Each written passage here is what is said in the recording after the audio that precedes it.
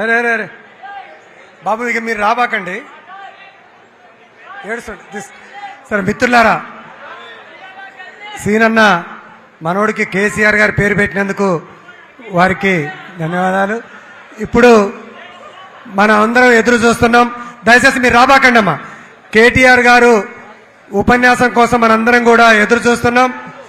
ఈ 18వ అమాలి మహాసభకు వచ్చిన మన కార్యనిర్వాహక అధ్యక్షులు తెలంగాణ ఆశాజ్యోతి కేటీఆర్ గారిని మాట్లాడాల్సిందిగా విజ్ఞప్తి చేస్తా ఉన్నాను.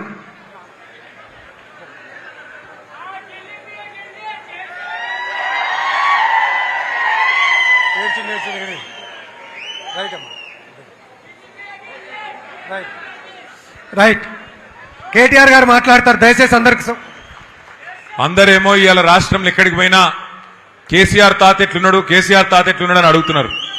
కానీ ఇక్కడికి వస్తే నాకు ఒక బుడ్డ కేసీఆర్ని కల్పించండి ఇప్పుడే సీనన్న.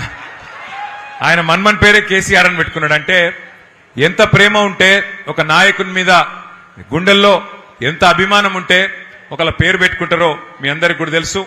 మీ సంఘ సమస్యలే కాదు, మరి సమాజంలో ఉన్న సమస్యలు కూడా అన్ని అర్థం చేసుకుని ఇవాళ ఒకవైపు బీఆర్టీయూలో బలంగా పనిచేస్తూ మరొక వైపు మీ సమస్యల పరిష్కారం కోసం కొట్లాడుతున్న హమాలి సీనన్నకు ఒకసారి గట్టిగా చప్పట్లతో అందరం కూడా అభినందనలు చెప్దాం. ఒకసారి సీనన్న మన కార్మిక విభాగం మీటింగ్కి వచ్చిండు. వచ్చి ఆ మీటింగ్ లో మాట్లాడిన మాటలు నేను మొత్తం కేసీఆర్ గారికి చెప్పిన. ఏం చెప్పిండంటే, అన్న నా బిడ్డకు పెళ్లి చేసినప్పుడు నేను అక్కడ మన భువనగిరి ఆలేరు ప్రాంతంలో గింతంతో జాగమ్మిన గుట్ట దగ్గర జాగమ్మితే ఆ రోజు గింత రేటు వచ్చింది. ఇవాళ ఈ కాంగ్రెస్ ప్రభుత్వం వచ్చినాక మొత్తం రేటు పడిపోయింది, మొత్తం పొట్టు అయింది పరిస్థితి అని చెప్పిన మాట నేను సార్ దగ్గర దాకా పోయి చెప్తే, ఒకసారి తప్పకుండా కలుద్దాం, హమాలీల సమస్యలు ఏంటి అని అడిగిండు సార్.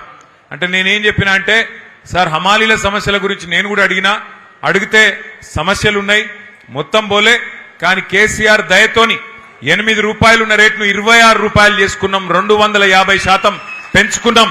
2 ఏళ్లకు ఒకసారి ఎన్నడూ లేని విధంగా గతంలో 5 ఏళ్లుంటే 2 ఏళ్లకు ఒకసారి పెంచుకున్నామని చెప్పి అన్న చెప్పిండు అని చెప్పిన. చాలా సంతోషం. ఇంకేమన్నా సమస్యలుంటే కూడా నువ్వు చెప్పు, తప్పకుండా ఆరోగ్య భద్రత కావచ్చు, ఇంకా ఏదైనా సమస్యలు కావచ్చు, ఏమున్నా మళ్ళీ తప్పకుండా గులాబీ జెండా ఎగురుతుంది ఈ రాష్ట్రంలో.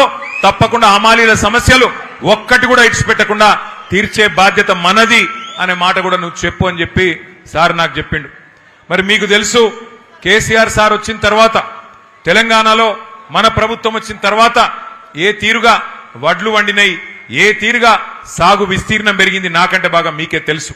ఎందుకంటే మోసటోనికి తెలుస్తుంది కష్టం, బస్తాలు మోస్తే తెలుస్తుంది కష్టం తప్ప డైలాగులతోని పంచ్ డైలాగులతోని ఏమి కాదు. మీరేమో కేసీఆర్ సార్ వచ్చినాక బస్తాలకు బస్తాలు పుట్లకు పుట్లు వడ్లు మీరు మోసిండ్రు. మరి రాష్ట్రంలో ప్రజలకు బువ్వ పెట్టే విధంగా, దేశంలో ప్రజలకు బువ్వ పెట్టే విధంగా అటు రైతన్న కష్టపడితే మరి మోసి మోసి మోసి మీ ఈపులో కాయలు కాసిన పరిస్థితి. మీరేమో బస్తాలు మోసి, వడ్ల బస్తాలు మోసి, బియ్యం బస్తాలు మోసి మీరు కష్టపడ్డారు. మరి ఇవాళ ముఖ్యమంత్రి గారు ఉన్నారు, ఆయన కూడా కష్టపడుతున్నాడు. ఏం సంచులు మోస్తున్నాడో నాకంటే బాగా మీకే ఎరక, ఏం సంచులు మోస్తున్నాడో యాడికి మోస్తున్నాడో మీకే ఎరక. ఆయన పాపం మోసి మోసి కష్టపడుతున్నాడు. ఆయన కూడా బస్తాలు మోసి మోసి ఢిల్లీలో ఉన్న పెద్దల కోసం పైసల సంచులు మోసి మోసి అవస్థ పడుతున్నాడు, ఆగమైతున్నాడు. ఆయన ఆగమైతే అయ్యిండు, కానీ రాష్ట్రాన్ని ఆగం చేస్తున్నాడు. నిన్ననే మేమందరం గౌరవ శాసనసభ్యులందరం కూడా అందుబాటులో ఉన్న వాళ్ళందరం కన్నెపల్లి పంప్ హౌస్ కాడికి పోయినాం. కాళేశ్వరం ప్రాజెక్టు ఎక్కడనైతే ఇవాళ మేడిగడ్డ బ్యారేజ్ ఉన్నదో అవతల 10 కిలోమీటర్ల యువతలకి కన్నెపల్లి పంప్ హౌస్ ఉన్నది. ఆడపోయి చూసినాం. దేశమంతా రాష్ట్రమంతానేమో వర్షాలు లేవు. మొత్తం 33 జిల్లాలలో 26 జిల్లాలలో వర్షాభావ పరిస్థితులున్నాయి. వర్షం తక్కువ పడ్డది, రైతు మొగులు దిక్కు చూస్తున్నాడు. కానీ అక్కడ పోతే 1,00,000 క్యూసెక్కుల నీళ్లు కిందికి పోతున్నాయి.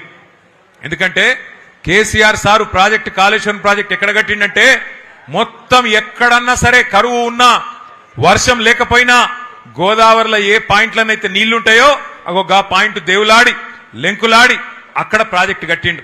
నిన్న అక్కడ పోయి చూస్తే 1,00,000 క్యూసెక్కుల నీళ్లు కిందికి సముద్రంలకు ఉత్తగానే పోతా ఉన్నాయి.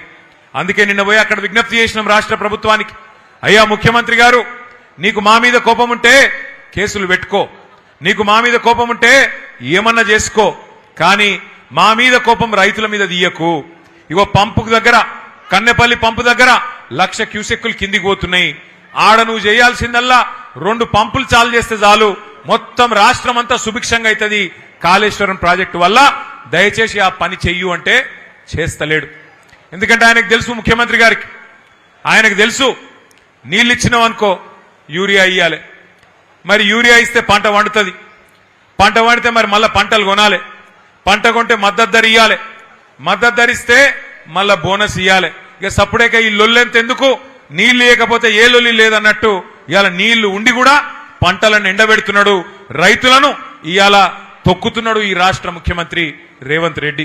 నేను మీ అందరినీ, మా హమాలి సోదరుల్ని కోరేది ఒకటే, మీకు కూడా ఆకలి అవుతుంది, నాకు కూడా ఆకలి అవుతుంది, ఎక్కువ పరీక్ష పెట్ట ఒకటే ఒక్కటి నేను మిమ్మల్ని కోరేది, రాష్ట్ర అధినేత, రాష్ట్రాన్ని నడిపే వ్యక్తి సద్బుద్ధి కలిగిన వాడైతే, మంచి బుద్ధి కలిగిన వాడైతే రాష్ట్రంలో పేదలు గాని పెద్దలు గాని అందరూ సంతోషంగా ఉంటారు, రాష్ట్రంలో హమాలీలు గాని లేదా మిల్లు యజమానులు గాని అందరూ సంతోషంగా ఉంటారు.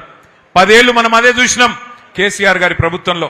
రైతు బాగున్నాడు, అట్లాగే పారిశ్రామికవేత్తలు బాగున్నారు, కరెంటు బాగుంటే పారిశ్రామికవేత్తలు బాగుండే, కార్మికులు బాగుండే, అంతా సుభిక్షంగా ఉండే. కానీ కొంత ఏమరుపాటుతోని, కొంత మరి మన చిన్న చిన్న పొరపాట్ల వల్ల మనం అధికారం కోల్పోయినాం. బాధపడేదేం లేదు, ఇంతకుముందు సీనన్న చెప్పింది కరెక్ట్, అధికారం పోతే పోయింది కానీ ప్రజల్లో మమకారం తగ్గలేదు.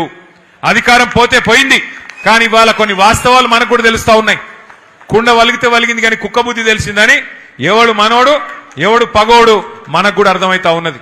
ఎవరైతే ఇవాళ ఈ కష్ట సమయంలో కూడా మనతో నిలబడి ఉన్నారో, 18వ ఆవిర్భావ దినోత్సవం చేసుకుంటున్నాం మేము, హమాలీలం మా గుండెల్లో కేసీఆర్ ను పెట్టుకున్నాం, మీరు రావాలే అని చెప్పి ఇక్కడికి పిలుచుకున్న మా హమాలి సోదరులకు మీ రుణం తప్పకుండా తీర్చుకుంటా, మీ ప్రతి సమస్య పరిష్కారం చేసే బాధ్యత నేను తీసుకుంటా అని చెప్పి మీకు విజ్ఞప్తి చేస్తా ఉన్నా.